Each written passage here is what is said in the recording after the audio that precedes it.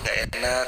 Kalau ada seseorang, dia sadar betul ada orang tua yang sudah baik sama dia, pasti dia juga nggak enakan, rasa takut nggak enakan, takut orang tuanya kecewa, mama papahnya kecewa, mama papahnya terluka, takut mama papahnya nggak berkenan sama apa yang sedang dia kejar selama ini. Punya perasaan itu, gimana lagi sama Allah? Tadhkiratan liman yakhsha. Baru Quran itu akan dijadikan pelajaran kalau orang yang menjadikan Quran sebagai pelajaran punya rasa takut. Dan rasa takut itu punya buah. Yakhsyallah, kalau kita punya rasa takut kepada Allah, ada buahnya. Buahnya yang pertama, kita akan berusaha menjauh dari apa yang Allah nggak suka.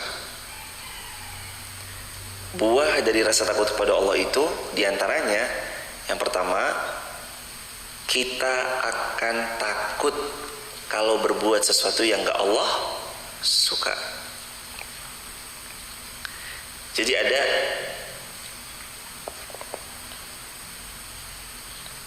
lima buah rasa takut kepada Allah. Yang pertama, kita nggak mau melakukan sesuatu yang membuat Allah nggak suka, karena kita takut sama Allah Subhanahu Wa Taala. Buahnya yang kedua, orang yang punya rasa takut kepada Allah akan makin taat dalam ibadah, karena dia tahu Allahnya sudah begitu baiknya sama dia. Buah rasa takut kepada Allah yang ketiga, dia akan menjaga lisan. Lisannya akan bicara. Kalau dia bicara, bicaranya baik. Kalau dia bertutur kata, tutur katanya santun. Dan tidaklah dia mengucap sesuatu kecuali hal-hal yang bermanfaat. Kalau dia nggak mengucap yang bermanfaat, maka dia akan memilih jalan diam. Karena kata Nabi, man kana yu'minu billahi wal yawmil akhir falyaqul khairan aw liyasmut. Siapa yang beriman pada Allah, beriman pada hari akhir, ucap yang baik atau diam. Buah dari rasa takut pada Allah yang keempat, seorang hamba itu akan memperbaiki diri setiap hari. Dia yang punya rasa takut pada Allah, maka dia harus jadikan dirinya lebih baik dari hari ke hari. Sebagaimana hari ini harus lebih baik dari hari kemarin, dan hari esok harus lebih baik dari hari ini. Dan buah yang kelima, orang yang punya rasa takut kepada Allah, dia akan jadi hamba yang tawadu sekali. Sikapnya tawadu, jauh dari rasa sombong, tawadu sekali. Rendah hati dalam berucap, rendah hati dalam bersikap. Dan kata Nabi, wa man tawadu'a ahadan lillah bal rafa'ahu Allah. Siapa yang rendah hati karena Allah, bal rafa'ahu Allah. Allah yang nanti akan angkat derajat kemuliaannya. Itu efek dari orang yang punya yakhsha, rasa takut kepada Allah. Tadhkiratan liman yakhsha. Bahkan nggak berhenti sampai di situ. Kalau kita mau tambahin dari 5 poin menjadi 8, poin yang ke-6 berarti tambahannya rendah hati, tawadu, nomor 6. Orang yang punya rasa takut kepada Allah, dia akan selalu mengingat akhirat. Karena negeri akhirat cepat atau lambat pasti datang. Dan poin yang ke-7, orang yang punya rasa takut kepada Allah konsisten dalam kebaikan. Dia tahu ada kebaikan yang bisa dia pakai, dia konsistenkan, dia disiplinkan, maka dia konsisten di sana. Meskipun nggak mudah, meskipun berat, meskipun capek. Hari ini semua kita lagi berjuang untuk dapatkan sesuatu, tapi orang-orang yang konsisten biasanya mendapatkan yang lebih dari yang tidak konsisten.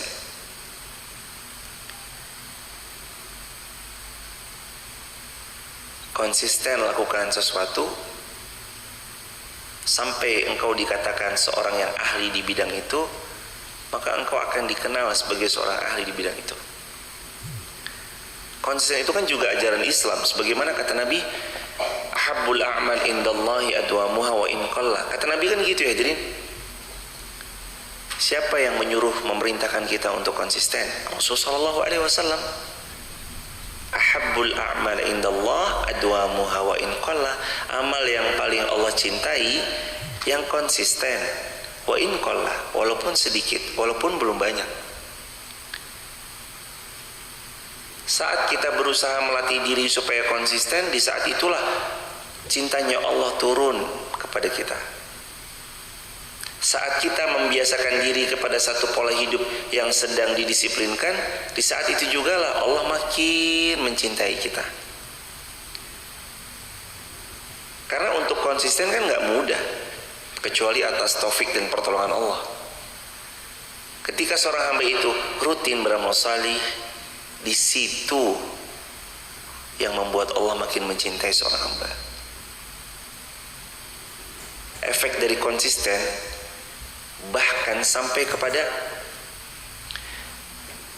bahkan efek dari konsisten itu sampai kepada batu yang sangat keras bisa berlubang karena setitik air yang konsisten menetes di titik yang sama secara terus menerus. Pernah lihat air hujan yang turun menetes dari suatu atap?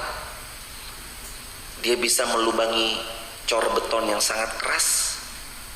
Cor beton itu kalau nggak lubang minimal dekok.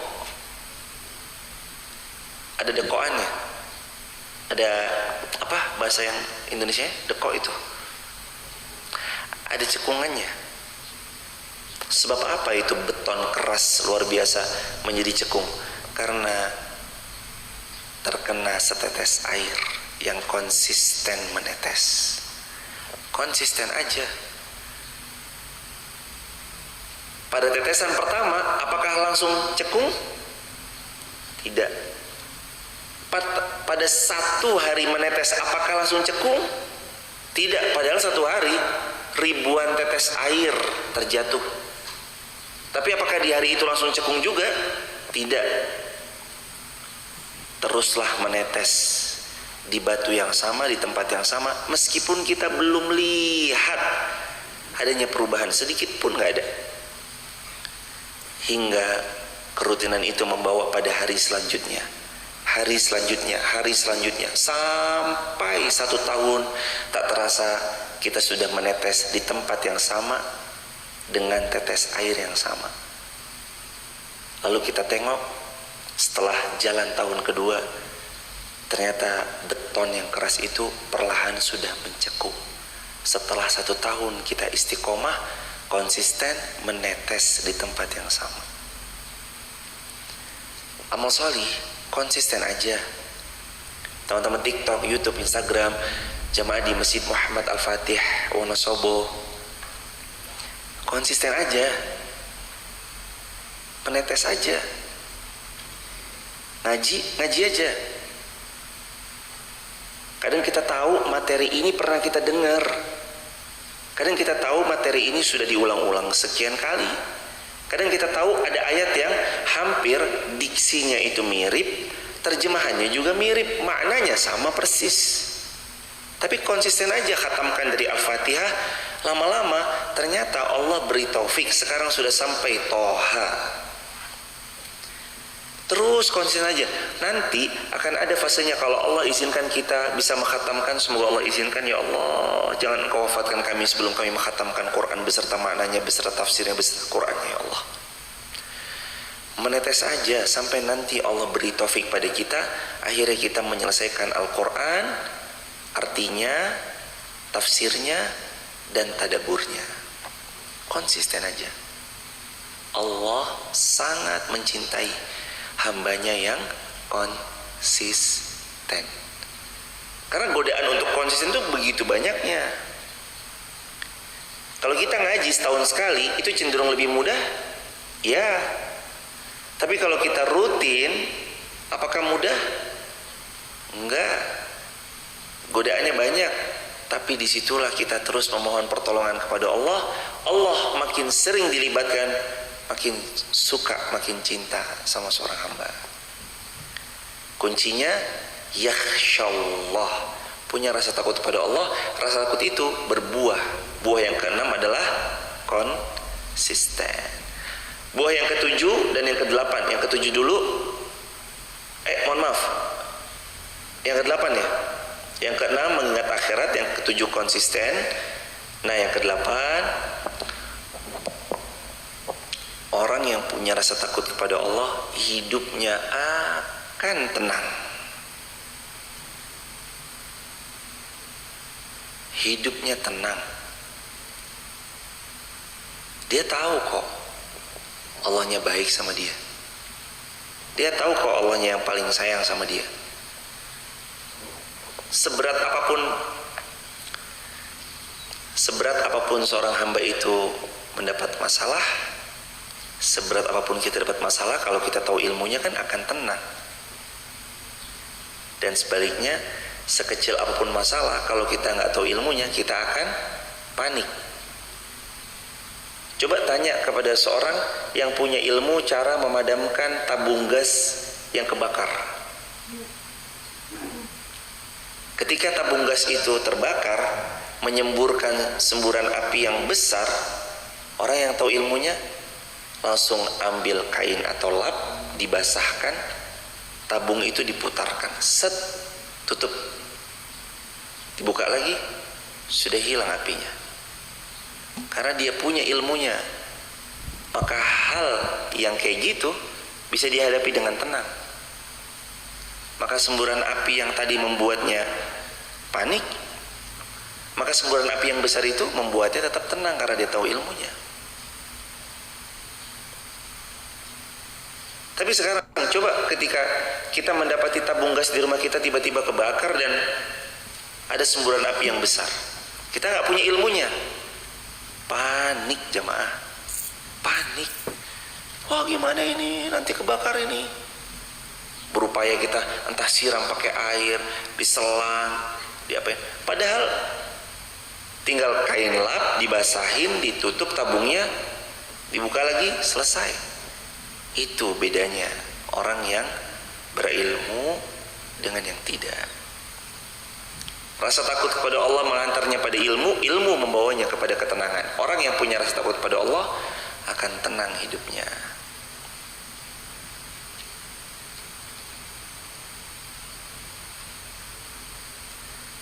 Mereka yang takut kepada Allah tahu bahwa Allah Maha Pengampun, Allah Maha Penyayang, sehingga mereka merasa tentram ketika telah berusaha sebaik mungkin dalam ketaatan. Ya Allah, ini usaha terbaik saya untuk taat kepadamu ya Allah, terima ketaatanku. Ya Allah, ini usaha ikhtiar terbaik hamba untuk beramal salih, terima amal salih kami ya Allah. Ya Allah, inilah kami yang penuh kekurangan, tapi kami tahu Engkau Maha Baik menerima semua apa yang kami kerjakan. Terimalah ya Allah. Hatinya tenang karena dia tahu Allahnya Maha Pengampun, Maha Penyayang, Allahnya Maha mengabulkan segala-galanya. Itulah khasyah, punya rasa takut, atau yakhsya, dia yang punya rasa takut kepada Allah. Dan rasa takut kepada Allah bentuk cinta dan penghambaan yang paling dalam dari seorang hamba, di mana seorang mukmin memahami bahwa Allah adalah Maha Kuasa, Maha mengetahui segala sesuatu, sehingga mereka senantiasa menjaga diri mereka dalam segala aspek kehidupan. Rasa takut pada Allah. Jamaah, kita harus punya rasa takut sama Allah. Kita harus takut sama Allah. Karena awal dari kebaikan itu rasa takut kepada Allah. Dan awal dari seseorang melakukan sesuatu yang buruk karena mereka gak punya rasa takut kepada Allah. Kenapa sampai ada seseorang bisa-bisa jatuh dia ke dalam kemaksiatan? Salah satu faktornya Karena dia nggak punya rasa takut kepada Allah. Kenapa kok sampai ada zina? Salah satu sebabnya karena nggak ada rasa takut kepada Allah. Kenapa kok sampai korupsi? Karena nggak punya rasa takut kepada Allah. Kenapa kok sampai dia meminum minuman yang Allah nggak suka? Karena dia nggak punya rasa takut kepada Allah. Dan banyaknya induk keburukan itu dilakukan oleh manusia, jawabannya karena dia nggak punya rasa takut kepada Allah. Coba kalau punya rasa takut kepada Allah, takut sama Allah, maka dia juga akan menjauh. Sebagaimana poin yang pertama, rasa takut kepada Allah membawa seorang hamba menjauh dari dosa, dari apa yang Allah nggak suka. Liman yakhsha. Ini keberuntungan untuk mereka-mereka yang punya rasa takut hanya kepada Allah. Barakallahu fiik. Yang keempat, tanzilan mimman khalaqal arda was-samawatil ula. Diturunkan dari langit, Allah menciptakan bumi dan langit yang tinggi. Diturunkan dari langit, Allah yang menciptakan bumi, dan Allah juga lah yang menciptakan langit yang sangat tinggi. Allah ciptakan langit yang sangat tinggi. Maksudnya Al-Quran ini disampaikan kepada Muhammad SAW, diturunkan dari sisi Allah. Dialah Rabb yang segala sesuatu, dialah Rabb segala sesuatu, dan pemilik yang berkuasa atas apapun yang Allah kehendaki. Dan dialah yang menciptakan bumi dengan kepadatannya. Ada material-material bumi, batu bara, nikel, timah, emas, perak, dan segala kekayaan yang Allah berikan.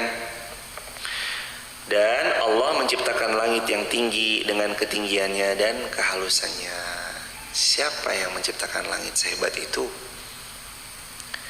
Kalau kita bisa takjub melihat bangunan yang tinggi, megah, besarnya, dan kita merasa ini arsiteknya keren banget bisa bangun bangunan kayak gini, dan kita takjub, gimana dengan Allah yang menciptakan langit dan bumi? Ar-Rahmanu 'alal 'arsy istawa. Yang Maha Pengasih yang bersemayam di atas 'arsy. Telah disebutkan terdahulu pada surat Al-A'raf ayat 54 dan tidak kita ulangi kembali. Dan pemahaman tentang Allah Subhanahu wa taala 'alal 'arsy istawa,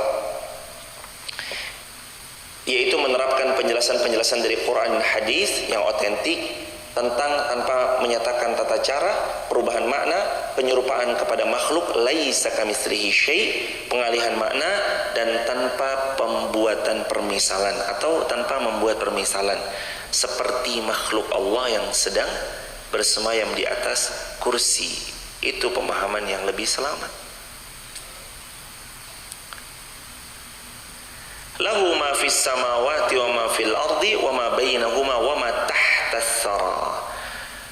Milik Allah lah apa yang ada di langit, milik Allah jugalah apa yang ada di bumi, dan apa yang ada di antara keduanya, dan apa yang ada di bawah tanahnya.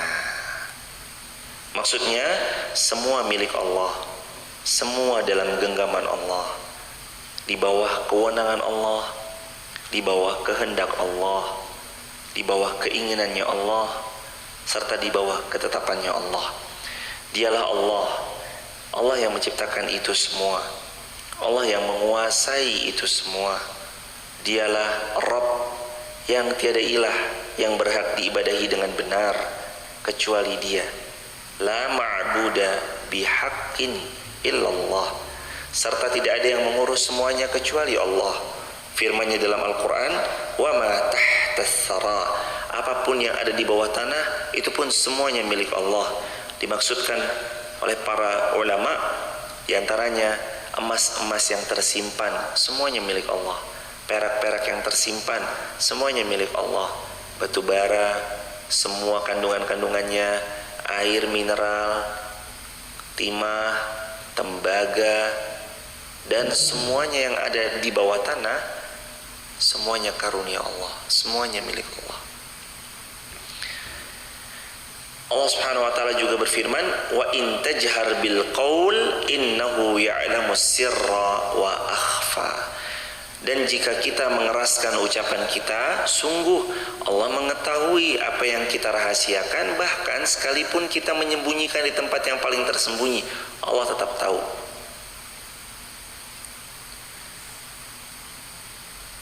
Mau kita keraskan, Allah tahu. Kita sembunyikan, Allah tahu. Bahkan enggak yang disembunyikan, yang dirahasiakan Allah juga tahu. Allah tahu, hadirin. Allah tahu. Sayyidina Ali bin Abi Thalha menuturkan dari Abdullah ibn Abbas radhiyallahu maksudnya, mohon maaf. Ya'lamus sirra wa akhfa, maksudnya Allah tahu apa yang kita rahasiakan, bahkan Allah tahu apa-apa yang kita sembunyikan. Baik itu tersembunyi daripada manusia berupa apa yang dia kerjakan, bahkan apa yang manusia nggak tahu tentangnya Allah sudah tahu. Akan tetapi Allah mengetahui, akan tetapi tidaklah sesuatu yang menjadi rahasia, akan tetapi Allah pasti mengetahuinya. Sehingga pengetahuannya meliputi apa-apa yang telah berlalu, apa-apa yang sedang terjadi, dan apa-apa yang belum terjadi, dan apa-apa yang akan terjadi, bagaimana yang harusnya terjadi tidak terjadi. 4. Yang belum terjadi, yang sedang terjadi, yang akan terjadi, dan yang nanti juga akan terjadi kalau seandainya yang harusnya terjadi tidak terjadi. Hadirin sekalian, ayat yang ke-8. Allahu la ilaha illahu lahul asmaul husna. Allahu la ilaha illahu lahul asmaul husna. Allah, nggak ada yang berhak diibadahi dengan benar kecuali Allah. Lahul asmaul husna, baginya Allah asmaul husna. Allah punya 99 nama. Allah punya 99 nama yang kalau kita berdoa dengan salah satu nama Allah, pasti Allah perkenankan apa yang kita pinta. Walillahil asmaul husna fad'uuhu biha. Bahkan Allah perintahkan kita, milikku 99 nama. Berdoalah kalian menggunakan nama yang aku miliki dari 99 itu. Saya lagi butuh dibukakan segala pintu-pintu kebaikan. Bilang, ya Fattah iftah lana. Ya Fattah iftah lana. Ya Allah yang maha membukakan, bukakan untuk kami.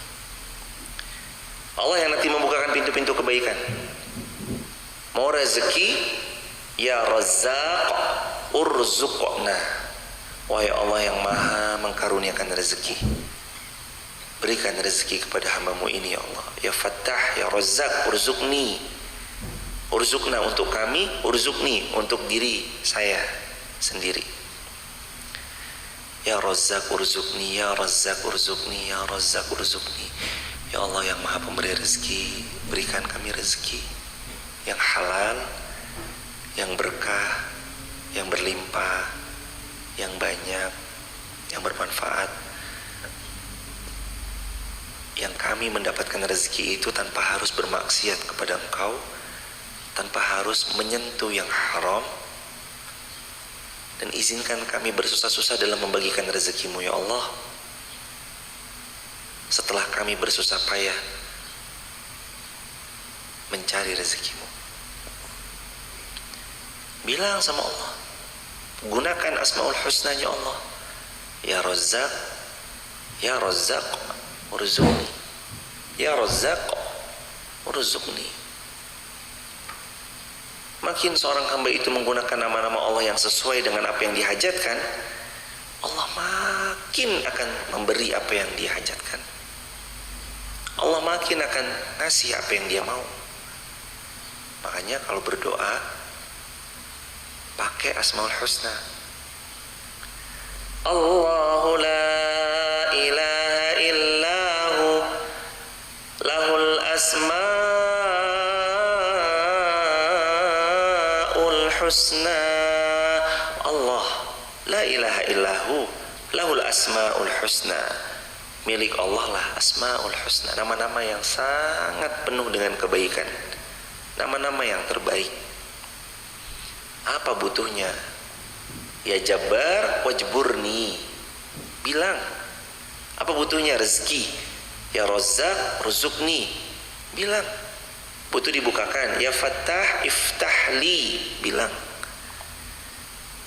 Ya Jabbar wajburni, wajburni ya Jabbar, wajburni ya Jabbar. Minta sama Allah. Nggak ada seorang hamba dia menggunakan Asmaul Husna lalu dia meminta kecuali Allah akan kabulkan dengan cepat. Berdoa dengan Asmaul Husna.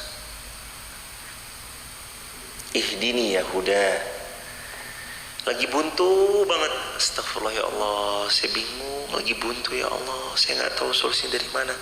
Pas kita lagi bingung, pas kita lagi nggak tahu nih solusinya dari mana, sebut nama Allah Al-Huda yang maha memberi petunjuk.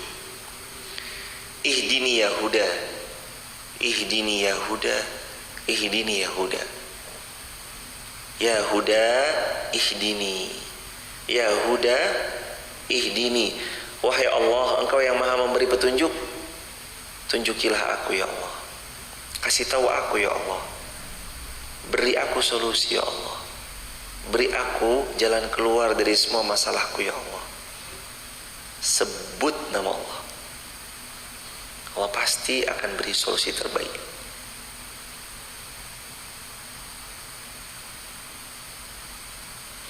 Ayat yang ke-9, wa hal ataka hadisu Musa id ra'a nara faqala li ahlihim kusu inni anastu naran la'alli atikum minha biqabasin aw ajidu 'alan nari huda. Ayat yang ke-9. Apakah telah sampai kepadamu kisahnya Nabi Musa ketika Nabi Musa melihat api lalu dia berkata kepada keluarganya, tinggallah kamu di sini, sesungguhnya aku melihat api, mudah-mudahan aku dapat membawa dan menyalakan api kepadamu, atau aku akan mendapat petunjuk di tempat api itu. Falamma ataha nudiya ya Musa, maka ketika dia mendatangi kepada api itu dia dipanggil, ya Musa, wahai Musa, inni ana rabbuk, sesungguhnya aku Allah Rabbuk, Tuhanmu, fakhla' na'laik, fakhla' na'laik, maka lepaskan kedua terompahmu, innaka bilwadil muqaddasi tuwa, karena sesungguhnya engkau berada di lembah yang suci, namanya lembah Tuwa.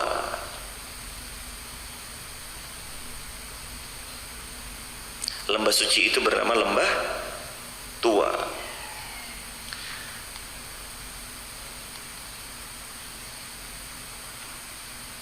Ketika dia mendatanginya, mendatangi api dan mendekatnya, Allah memanggil, ya Musa, lepas terompahmu karena engkau berada di lembah yang suci. Sayyidina Ali bin Abi Thalib, Abu Dzar dan Abu Ayyub, lebih dari satu ulama, juga banyak para ulama mengatakan kedua terompahnya itu terbuat dari kulit keledai yang sederhana. Ada yang mengatakan ia diperintahkan agar melepas terompahnya tidak lain sebagai bentuk penghormatan atas lembah Tuwa. Dan itu yang dikatakan oleh Sayyidina Ali bin Abi Thalib dan beberapa para sahabat Nabi radhiyallahu anhum ajma'in. Dikaitkan kepada lembah suci tersebut, lembah Tuwa dikaitkan yaitu lembah suci Sehingga ungkapan tadi menunjukkan perintah agar ketika kakinya menginjak, kedua telapak kakinya langsung menginjak lembah yang suci tanpa alas. Ada juga yang mengatakan bahwa lafaz tua itu berasal daripada tuwiya, lipatan-lipatan. Karena dinyatakan kesucian kedua kaki yang penuh lipatan-lipatan, kemudian penuh tanahnya juga ada lipatan-lipatan, dan keberkahan dilipat gandakan bagi Musa dan terus berulang. Dan ini pendapat sebagian para ulama tentang tua, lembah yang penuh lipatan-lipatan kebaikan yang Allah beri kepada hambanya yang bernama Musa. Jamaah sekalian, dengan izin dan taufik dari Allah, insyaallah kalau Allah kehendaki besok kita mau lanjut di ayat yang ke-13 dengan izin dari Allah Subhanahu wa taala. Tapi yang jelas kita tadi sedikit belajar tentang khasyah, rasa takut kepada Allah. Maka kalau kita jadi hamba, sudah selayaknya, sudah semestinya kita punya rasa takut sama Allah. Kita baru bisa jadi hamba, disebut kita sebagai hamba kalau kita diimbangi rasa takut sama Allah. Jangan sampai kita nggak punya rasa takut. Takutlah kepada Allah, takutlah